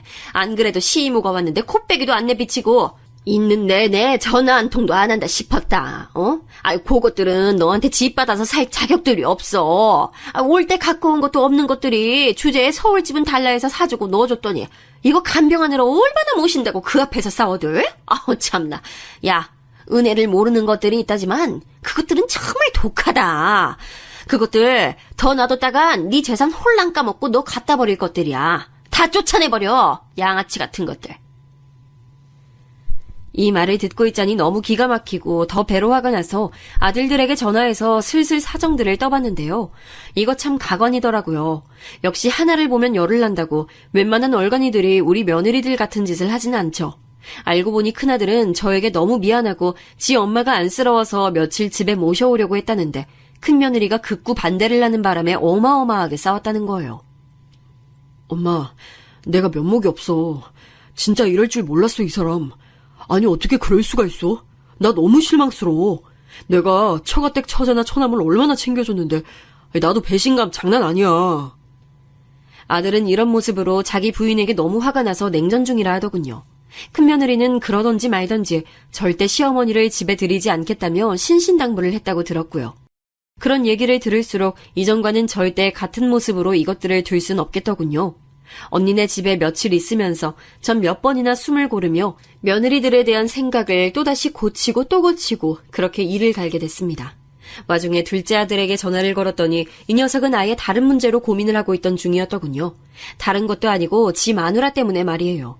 둘째 며느리는 아주 큰 며느리는 양반일 정도로 사고를 치고 있었더라고요. 뭐야? 애를 제대로 안 본다고? 엄마, 나 진짜 이런 말까진 안 하려고 했는데 장난 아니야. 용진이 아파서 그렇게 차로 왔다 갔다 하던 혈기는 어디 가고 애 괜찮고 이쪽에 집었고 나니까 이 동네 아줌마들이랑 몰려다니면서 맨날 애를 늦게까지 어린이집에 맡겨놔. 어디 멀리 가서 비싼 밥 먹으러 다니고 옷 사대고 얼마 전엔 애를 안 데리러 가서 어린이집 선생님이 나한테 전화를 했다니까. 나 그때 일하고 있었어. 애 엄마가 안 왔다면서 7시가 넘었는데도 안 오신다고 용진이가 울고불고 난리 났다는 거야. 나보고 무슨 자기 쇼핑몰에 와 있다고 대신 데리러 가달래. 미친 거 아니야 얘? 전 완전히 인내심의 줄이 또 끊어져 버려서 더는 정신을 차릴 수 없게 됐습니다. 일단 허리가 조금 가라앉은 것 같아서 그대로 둘째네 집으로 이동했어요. 역시 가보니까 며느리는 집을 비우고 밖으로 싸돌아다니고 있어서 그런지 집이 아주 개판인 거예요. 빨래통은 쓰러질 듯 꽉 차서 악취가 풍기고 있고 냉장고는 썩은 음식 천지에 집도 구석구석 모래사장처럼 먼지가 쌓여서는 그 집에서 산 지 무슨 10년은 된 양 지저분하더라고요. 그대로 아무것도 건들지 않고 큰 며느리도 둘째 며느리도 싹 다 호출했어요. 퉁퉁거리면서 왜 부르시냐고 설마 자기 모시라고 할까봐 인상을 잔뜩 쓰고 나타난 그것들에게 저는 다짜고짜 통보부터 했고요. 이것들 얼굴이 냉동된 오징어처럼 시퍼렇게 변하는 꼴도 마주했습니다. 니네들 이혼해라. 다들 집에서 나가. 더 얘기할 것도 없고 바꾸고 뭐 할 것도 없어. 무슨 말인지 알지? 가진 거 없이 왔으니까 빈몸들로 나가. 제 말에 인상만 잔뜩 쓰고 서로들도 안 쳐다보던 며느리들은 눈이 크게 뜨여서는 아주 어안이 벙벙해 보이더라고요. 차마 뭐라고 말을 못 대고 있길래 이어서 말했어요. 내가 니들한테 뭐 그리 많은 걸 말했냐. 아파 죽겠어서 서울에 다니러 왔고 그거 좀 봐주고 니들 집에 한 며칠 있다 간다는 걸 그렇게 귀신 보듯 즐거버려 돼? 니들 필요할 땐 헤헤 어머니거리면서 니들이 수고할 생각하니까 그렇게 싫어서 죽일 듯이 싸워대? 나도 니들 싫어. 니들을 가족이라고 생각해서 집도 못 내줬더니 돌아오는 게 이 꼴이면 차라리 이참에 찢어지는 게 나아. 잔말 말고 짐 싸서들 나가 얼른. 제 말에 둘째는 그 큰 눈에 눈물이 그렁그렁 맺혀서는 아니라고 제 발을 붙잡지 뭐예요. 아주 가증스럽게 말이에요. 엄마 왜 그러세요? 이혼이라뇨. 화나신 건 알겠는데. 아니, 제가 잘못했어요. 그렇다고 이혼이란 말을 하시면 어떡해요. 우리 용진이 어떡하고요. 전 이 모습이 너무 역겨워서 곧장 말을 이었어요. 이 부분까진 말을 안 하려고 했는데 듣고서 옆에 있던 큰며느리도 기겁하더군요. 용진이? 네가 용진이 이름 올릴 자격이냐 있냐? 애 내팽개쳐놓고 물통이며 도시락도 안 시켜서 곰팡이 쓸었다며. 어린이집 선생님이 애 걱정을 할 정도라며. 그리고 헬스인지 뭔지 다니면서 거기 젊은 놈이랑도 어울려 다닌다면서. 넌 지금 나한테 한 대 안 얻어맞은 걸 다행인 줄 알아. 안 그래도 이 얘기를 아들이 전할 때 조용히 마음속으로 이혼 생각을 몇 번 했다가 참았다고 했었거든요. 저를 생각해서 참았다는데 전 그럴 이유가 없다고 생각됐어요. 좋은 말 할 때 썩 꺼져. 너랑 엮인 짐만 고스란히 들고 나가. 다른 거 건드리면 가만 안 놔둬. 둘째 며느리는 제가 여기까지 말하니 아주 어깨를 바들바들 떨면서 어쩔 줄 모르더라고요. 엄마. 내가 왜 네 엄마야? 시끄러. 그리고 전 곧장 눈을 돌려 큰며느리에게도 호통을 쳤어요. 넌 뭐 아닌 줄 알아? 너도 당장 집 가서 짐 싸서 나가. 긴 말 더 듣기 싫어. 일찍 며느리로 들여서 눈치라도 있는 줄 알았더니 뒤에서 내 욕이나 하고 다니고. 너도 다를 거 없어. 네 친정이건 어디로건 다 썩 꺼져. 제가 이렇게 난리를 치는 동안 같이 자리 잡고 앉아있던 큰아들과 둘째 아들도 어느 정도 마음의 결심을 한 듯 하더군요. 큰아들은 여러모로 실망했었는데 계기가 필요했던 것 같고, 둘째 아들은 이미 자기 입으로 저에게 먼저 이혼 얘기를 꺼냈었어요. 전 그걸 정리한 것뿐이고요. 솔직히 아들 둘 다 이혼시켜서 제게 좋을 게 뭐가 있나요? 하지만 이런 며느리들은 없는 것만 못해요. 평생 살면서 우리 아들들한테 부정적인 에너지밖에 주지 못한다고요. 이후로 둘째 며느리는 도저히 도망갈 구석이 없고 내뺄 게 없으니 그냥 순순히 백기 들고 나갔고요. 큰 며느리가 그렇게 의외로 그렇게 악을 바락바락 썼다더군요. 자기 친정 동생들까지 가끔 데리고 와서 재우고 애는 가질 생각이 없어 보이고 그렇게 지집인 양 지키며 살았나 봐요. 심지어 저한테 울면서 아주 구질구질하게 빌었답니다. 어머니, 제가 어머니 모시기 싫어서 그런 게 아니에요. 사정도 있고 저도 몸이 안 좋아서 도저히 모실 상황이 안 돼서 동서한테 부탁하려고 했던 건데, 동서가 자꾸 싫다고 하고 제 속을 긁으니까 감정이 안 좋아서 그런 거예요. 그렇다고 이혼을 하라고 막 그러시면 저도 너무 서운해요, 어머니. 서운하면 서운한 거 풀 생각하지 말고 각자 갈 길 가자. 넌 네 갈 길 가. 난 나대로 내 아들이랑 집 그대로 찾아와야겠으니까. 시간 더 끌지 말고 나가. 연락도 하지 말고. 이리하여 시간차를 좀 두고 두 며느리들을 다 싹 다 쫓아내버렸어요. 돈 갖고 어설프게 사람 갖고 놀고 간 보는 것들은 돈으로 회초리질을 해줘야 되는 게 맞아요. 제가 워낙 돈 때문에 서름이 많았어서 애들은 고생 안 시키려고 했더니 정작 우리 애들은 둘째치고 그 배우자랍시고 들어온 것들이 누리고 앉았네요. 경제력 없이 온 것이 안쓰러워서 잘 챙겨주려고 했는데 그 위에 앉아서 더 저를 골리고 있으니 다 끊어버려야죠.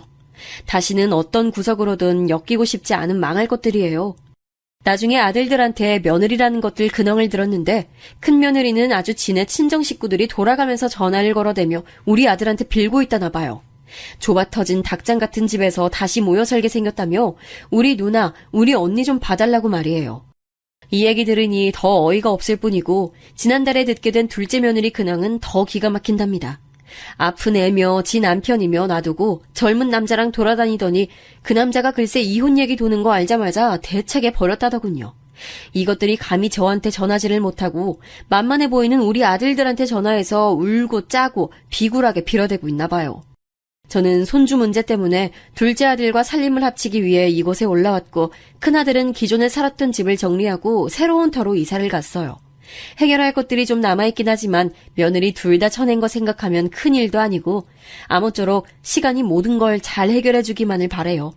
이야기 들어주셔서 감사합니다.